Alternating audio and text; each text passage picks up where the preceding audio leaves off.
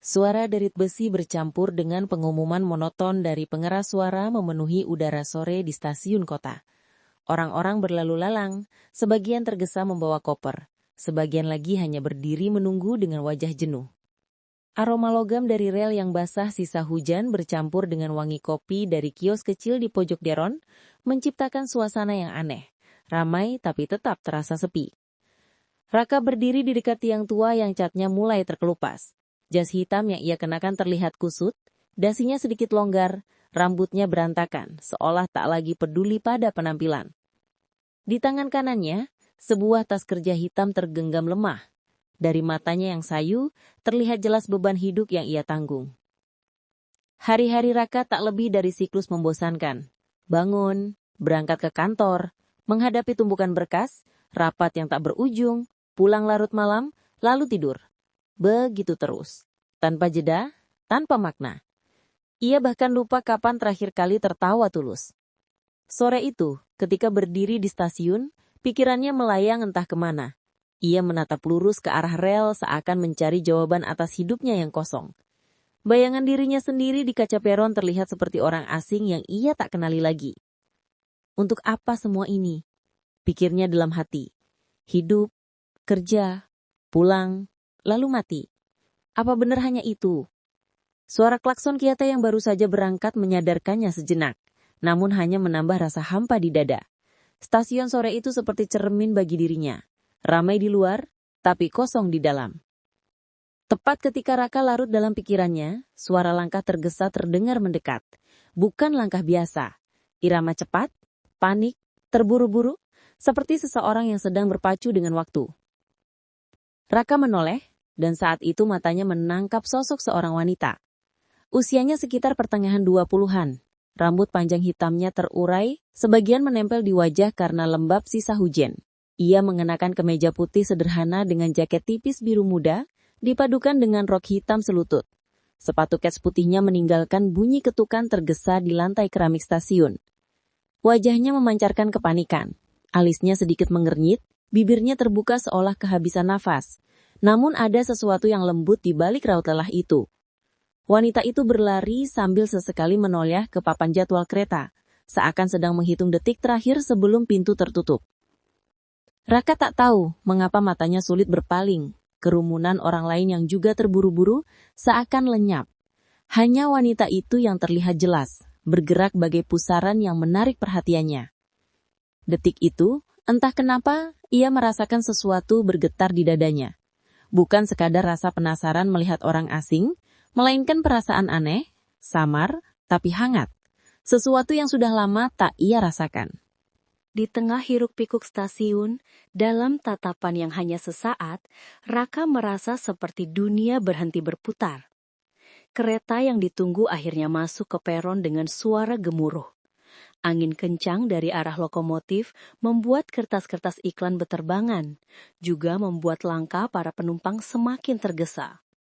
Pintu-pintu gerbong terbuka dengan bunyi mendesis, menandakan waktu untuk naik hanya tersisa sebentar. Ayla yang sejak tadi berlari semakin mempercepat langkahnya. Napasnya terengah, keringat membasahi pelipis, namun ia tetap memaksakan diri. Tas lempangnya terayun ke depan dan ke belakang, hampir mengenai orang-orang di sekitarnya. Dalam kepanikan, ia tak menyadari ada genangan air tipis di lantai peron. Saat kakinya menapak, sepatu kets putih itu terpeleset. Tubuhnya goyah ke depan, hampir saja jatuh tersungkur ke lantai. Seorang pria di sampingnya spontan menjerit kecil, sementara beberapa orang hanya menoleh sekilas tanpa niat membantu. Namun sebelum tubuh Ayla benar-benar jatuh, sebuah tangan kuat menangkap lengannya. Refleks, cepat, seolah sudah menunggu saat itu. Raka. Ia tidak sempat berpikir, tubuhnya bergerak lebih dulu daripada logikanya. Tangan kanannya menggenggam erat lengan Ayla, sementara tangan kirinya menahan bahunya agar tidak jatuh. Waktu seakan melambat. Dalam jarak sedekat itu, Raka bisa melihat jelas wajahnya. Pucat karena lengah, mata bulatnya membelalak kaget. Bibirnya sedikit terbuka, seakan hendak berucap tapi tertahan oleh rasa panik. Ayla menahan napas. Detik itu juga, dunia yang ribut, penuh langkah kaki, pengumuman, dan suara klakson kereta seakan hilang. Hanya ada tatapan mata mereka berdua. Raka menatapnya lekat-lekat. Ada sesuatu yang sulit dijelaskan.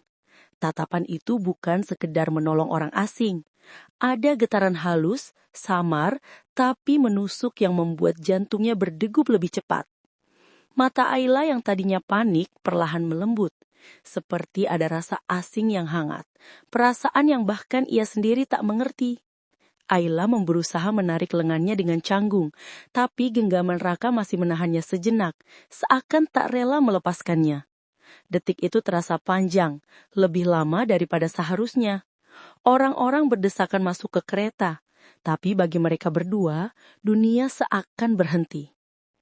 Raka tak tahu apa yang membuatnya begitu terpaku. Mungkin cara rambut Ayla jatuh berantakan namun tetap indah. Mungkin caranya menatap dengan ketakutan yang bercampur kelembutan. Atau mungkin karena untuk pertama kalinya dalam hidupnya yang monoton, ia merasa hidup. Sedangkan Ayla, meski masih terengah, merasakan sesuatu yang aneh. Hangat, aman.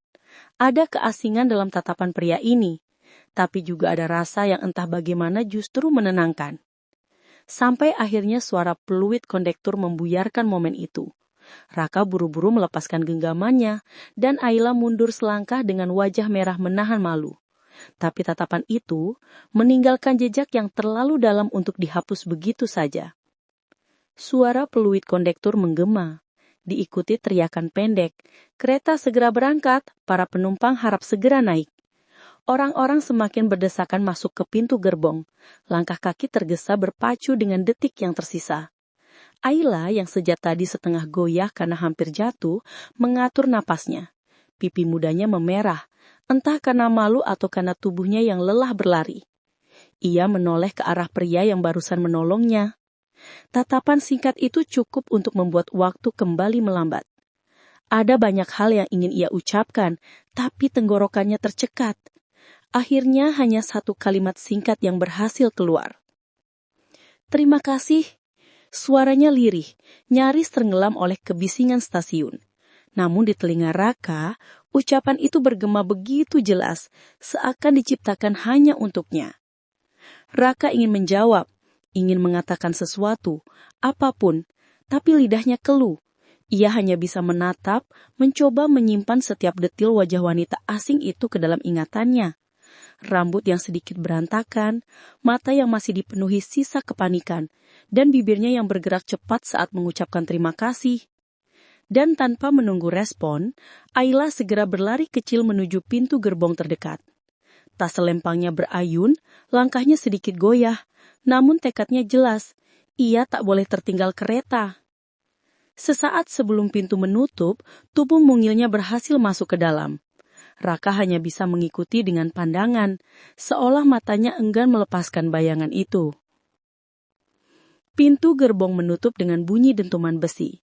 Dari balik kaca jendela, Raka bisa melihat sosok Ayla berdiri, terengah sambil menepuk dadanya lega. Wanita itu tidak menoleh ke arahnya, terlalu sibuk mengatur napas setelah drama singkat tadi. Namun bagi Raka, momen itu terasa luar biasa. Ia berdiri di peron di tengah kerumunan penumpang yang masih sibuk mencari posisi. Tapi matanya hanya terpaku pada satu titik. Wanita asing yang baru saja masuk ke gerbong berbeda. Ada sesuatu yang menahannya untuk berpaling. Ia bahkan tidak tahu namanya. Tidak tahu siapa dia. Dari mana asalnya atau kemana tujuannya.